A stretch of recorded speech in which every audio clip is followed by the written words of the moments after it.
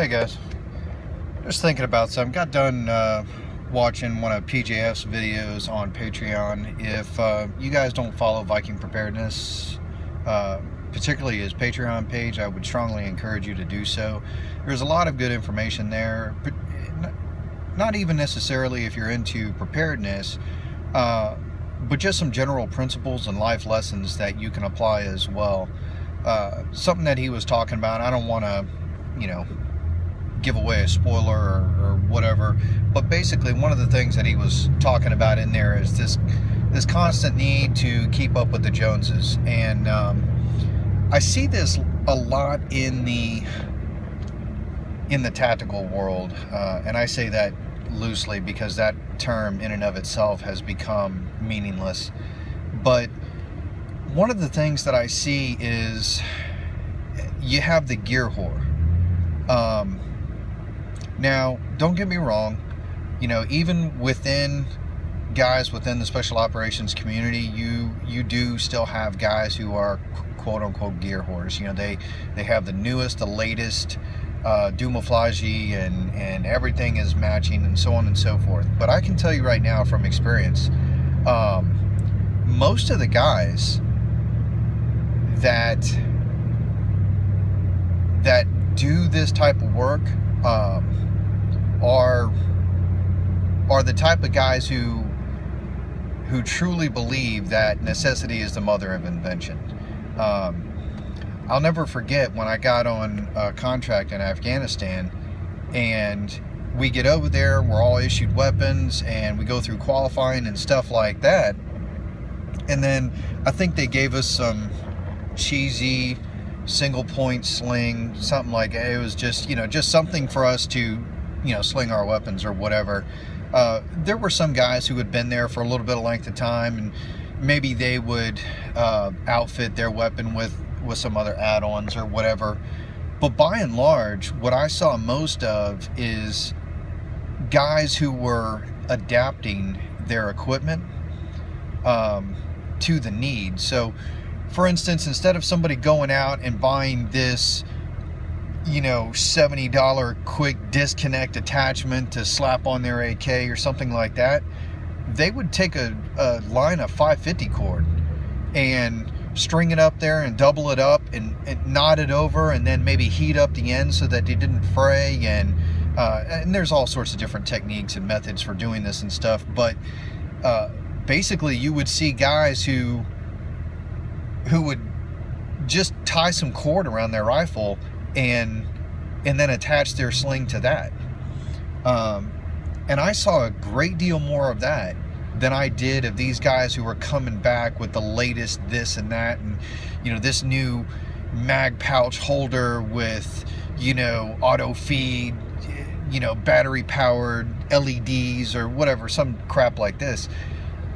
By and large, the majority of the people who actually do this work on a day in, day out basis are taking advantage of the materials and the supplies that they have available to them, and they are adapting them to their circumstance. Particularly in the contracting world, because in the contracting world, you're giving a piece of equipment, and that's pretty much it. Unless you're on a contract where even then, we were on a DoD contract, but unless you're working directly with the military or something like that, where you have access to their equipment and their gear and so on and so forth, most contractors are made up of special operations guys who are just taking from the materials that are available to them and then adapting them to the circumstance. And one of the things that I kind of want you to notice is that it is this type of inventiveness, this type of ingenuity, which has led to this new tactical gear craze and stuff, where a lot of these guys who have gone out and pioneered, I don't know if any of you guys remember the old 782 gear,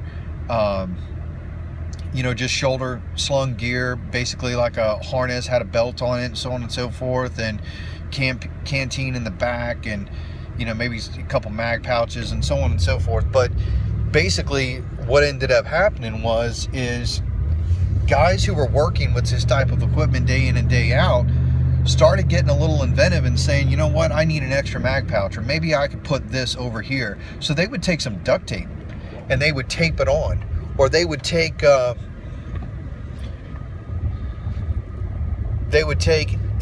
maybe an industrial sewing equipment and maybe sew another mag pouch on, and then eventually it gets streamlined into this and that and so on and so forth. And I think we've lost a lot of that. In fact, I know we've lost a lot of that, because a lot of the populace that are going out and buying this equipment, they have no clue on how to put this thing together or why it gets put together that way. They're mimicking a photo that they saw somewhere that they think looks cool, and the end result is that they end up with something that's all matching Marpat or something like this, but they have no idea on how to use it. And I just kind of really wanted to instill in you guys that that's not how things are in reality. I mean, most of the guys who are going out and doing these things, they've just invented these things, and they've invented it with things like duct tape and 550 cord. In some cases, electrical tape and things like this. I mean, there's all types of different ways that these things get handled in reality in the field. And that's what makes these things work. I don't really know how to summarize it better, but this whole idea of keeping up with the Joneses and having the latest, Dumaflage and things like that, that's great if you have endless budget. But if you don't have a first clue on how to use it, what difference does it make?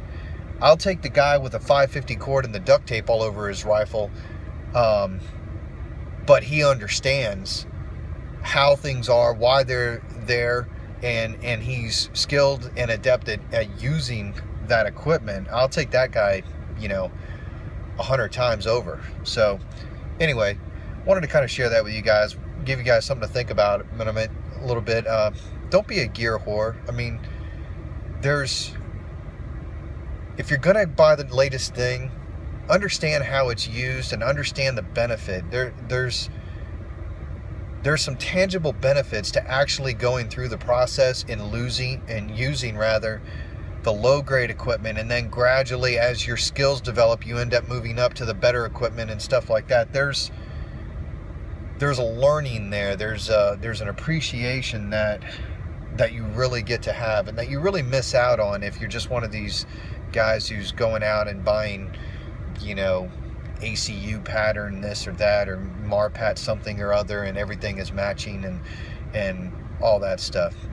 Just learn how to use the stuff that you have and make that work. All right, there's no best dressed trophy out there. All right, you guys train hard.